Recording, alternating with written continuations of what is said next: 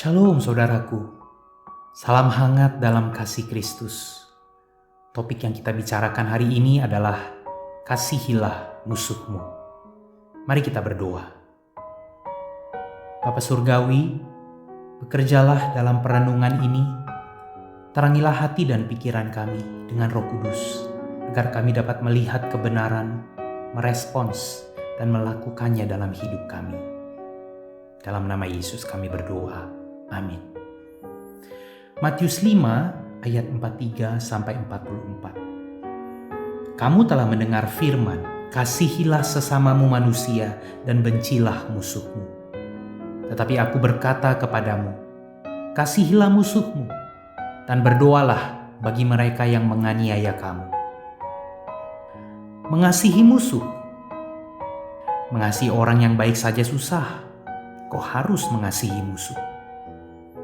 Bagaimana mungkin mengasihi orang yang dengan sadar, sengaja dan terencana bermaksud untuk mencelakakan kita?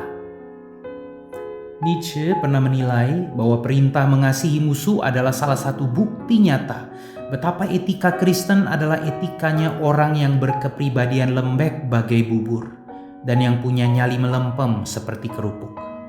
Bukan etikanya orang tegar, tegap, dan perkasa. Etikanya para pecundang, bukan para pemenang. Orang-orang itu, kata Nietzsche, bila jujur sebetulnya juga ingin membalas musuh-musuhnya. Siapa yang tidak? Tapi sayang sekali mereka tak punya keberanian. Hatinya kecil. Maka jadilah pengecut-pengecut itu melalui perintah ini menghibur diri sambil mencari pembenaran. Tentu suara terbanyak akan mengatakan bahwa perintah Yesus itu hanya mimpi, omong kosong saja.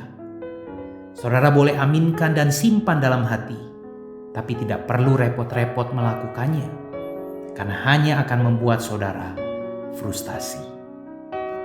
Namun Yesus bukan pemimpi yang idealis tanpa nilai praktis, melainkan justru seorang realis yang sangat praktis. Kekerasan dan kejahatan di bumi yang tak kunjung berhenti ini hanya punya satu akhir, yaitu kehancuran total bagi semua. Oleh karena itu, perintah mengasihi adalah sebuah keharusan. Kasih kepada musuh adalah satu-satunya solusi untuk masalah-masalah besar yang membelit seluruh umat manusia dewasa ini. Jadi sama sekali ini bukan perintah yang melemahkan atau membahayakan kita. Saudara, Yesus mengenali keterbatasan manusiawi serta dilema-dilema kita untuk mengasihi musuh-musuh kita. Tapi dia betul-betul serius dengan perintahnya itu, setiap kata demi kata. Dalam praktik, bagaimana kita mengasihi musuh? Apa yang bisa kita lakukan? Pertama-tama, kita perlu melatih diri untuk senantiasa mengampuni. Saudara, kita tidak bisa mengasihi tanpa mengampuni, khususnya mereka yang melukai dan menyakiti saudara. Orang benar, orang baik tidak memerlukan pengampunan saudara. Begitu juga sahabat saudara yang senantiasa mengasihi saudara.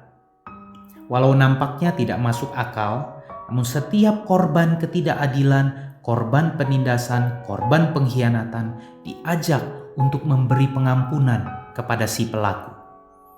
Pengampunan tidak berarti melupakan, apalagi mengabaikan perbuatan jahat yang dilakukan.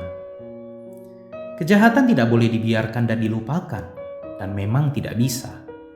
Namun kepedihan itu tidak memadamkan kasihnya, tidak membunuh pengharapan dan peluang bahwa suatu saat kedua pihak yang berseteru dapat menjalin kembali sebuah awal baru dalam kebersamaan mereka.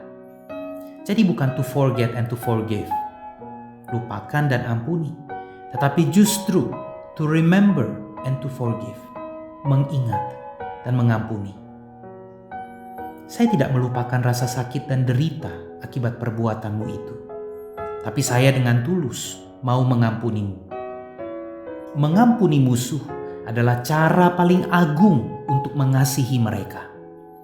Hanya dengan mengampuni mereka, kita dapat menolong mereka saat dibutuhkan. Sehingga Yesus pun memberikan contoh praktis. Mintalah berkat bagi orang yang mengutuk kamu. dan berdoalah bagi orang yang mencaci kamu. Dalam hal ini Yesus adalah teladan sempurna, khususnya ketika dia dianiaya dalam siksa salib. Dia justru mendoakan musuh-musuhnya. Ya Bapa, ampunilah mereka, sebab mereka tidak tahu apa yang mereka perbuat. Saudara, jika kita mengasihi dan menolong orang yang tidak kita sukai, kita akan mampu memenangkan mereka. Rasul Paulus mengatakan bahwa jika seterumu lapar, berilah dia makan. Jika ia haus, berilah ia minum. Dengan berbuat demikian, kamu menumpukan bara api di atas kepalanya. Itu berarti ketika perbuatan jahat seseorang kita balas dengan kasih, si jahat itu akan menjadi serba salah dengan perbuatan kasih yang kita lakukan. Dan ketika mereka menjadi sulit untuk dikasihi, kasihi mereka lebih keras dan doakanlah mereka lebih banyak lagi. Begitulah cara saudara mengatasi kejahatan dengan kebaikan. Jadi ini adalah kasih yang radikal. Karena kasih itu mencakup orang-orang yang tidak mengasihi atau yang tidak pantas dikasihi. Makanya Yesus menyimpulkan, hendaklah kamu itu sempurna, sama seperti Bapamu yang di sorga adalah sempurna. Mari kita mengasihi mereka yang sulit. Mari kita mendoakan mereka yang selama ini sulit untuk akrab dengan kita. Berikan senyum, sapa, dan salam kita kepada orang-orang di sekitar kita. Di kantor atau di sekolah, di kampus. Kepada orang-orang yang memerlukan lebih banyak kesabaran dan penyangkalan diri kita.